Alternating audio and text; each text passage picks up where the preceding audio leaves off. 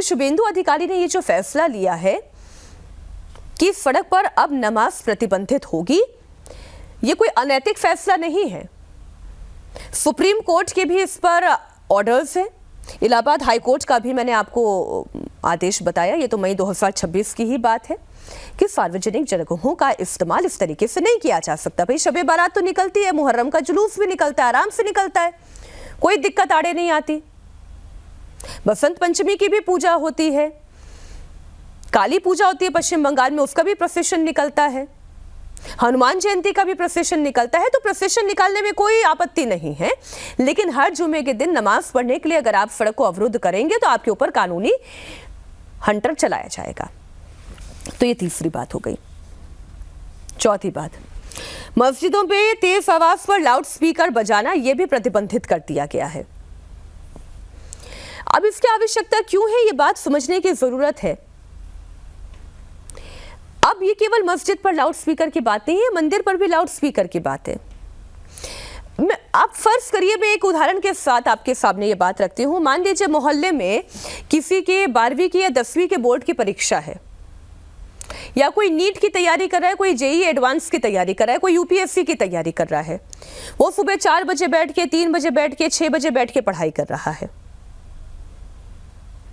नहीं मन उसे हो सकता अजान सुनने का, नहीं मन उसे मंदिरों की घंटियां सुनने का, तो क्यों लाउड स्पीकर लगाना।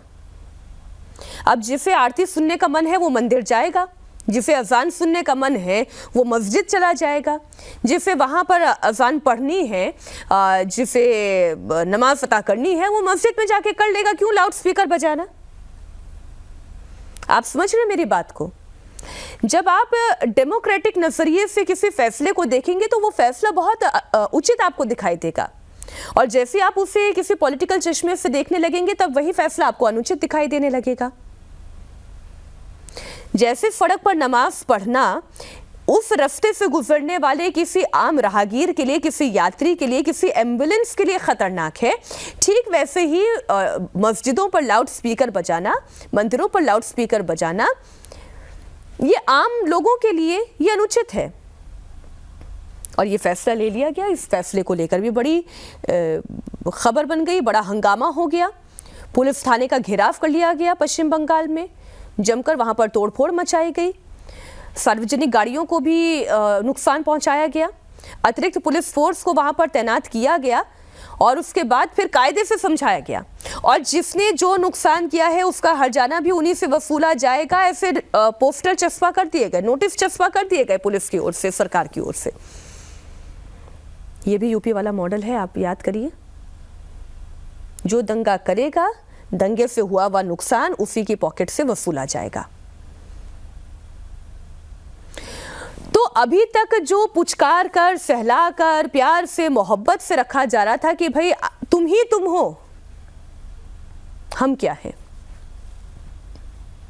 अब वो पश्चिम बंगाल में नहीं चलेगा। तो यहां पर कोई अपनी हेकड़ी दिखाकर, कोई हंगामा करके, कोई दंगा करके, तोड़फोड़ करके अगर ये दिखाना चाहेगा कि हम लाउड स्पीकर भी बजाएंगे, हम सड़क पर नमाज भी पढ़ेंगे, हमारी लाठी हमारी भैंस, तो अब नहीं होगा। अब प्रशासन बदल चुका है, तंत्र बदल चुका है, सिस्टम बदल चुका है। तो एक और जो फैसला इसी कड़ी में है वो इमामों और मुअज्जिमों के सरकारी भत्ते भी बंद करने का ऐलान किया गया है। और अभी जो मैंने आपको जानकारी दी कि दंगाइयों की संपत्ति से ही उस नुकसान की 200% भरपाई की जाएगी, ये शुभेंदु अधिकारी ने आदेश दे दिया है। लेकिन एक और जो बड़ा फैसला है, जो पॉलिटिकली भी और प्रशासनिक तौर पर भी बड़ा महत्वपूर्ण है, ये बताना आपको बहुत जरूरी है। अब ये फैसला है, मुस्लिमों को अब ओबीसी के तहत आरक्षण का लाभ नहीं दिया जाएगा। अब आप एक उदाहरण के तौर पर देखें, मैं एक सैंपल आपके सामने रखती हूं। मान लीजिए 100% आरक्षण है।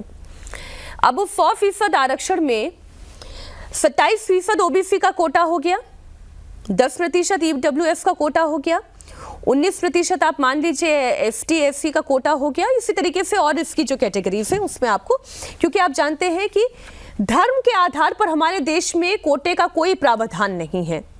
आरक्षण का कोई कोटा धर्म के आधार पर नहीं होता।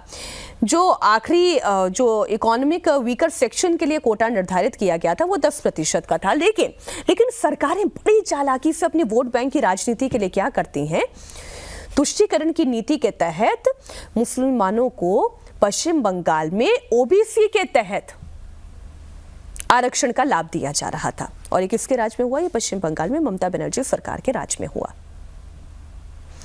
17% ओबीसी का जो आरक्षण था उसमें उन्होंने बड़ी चालाकी से ओबीसी के आरक्षण में मुसलमानों को आरक्षण का फायदा देना शुरू कर दिया।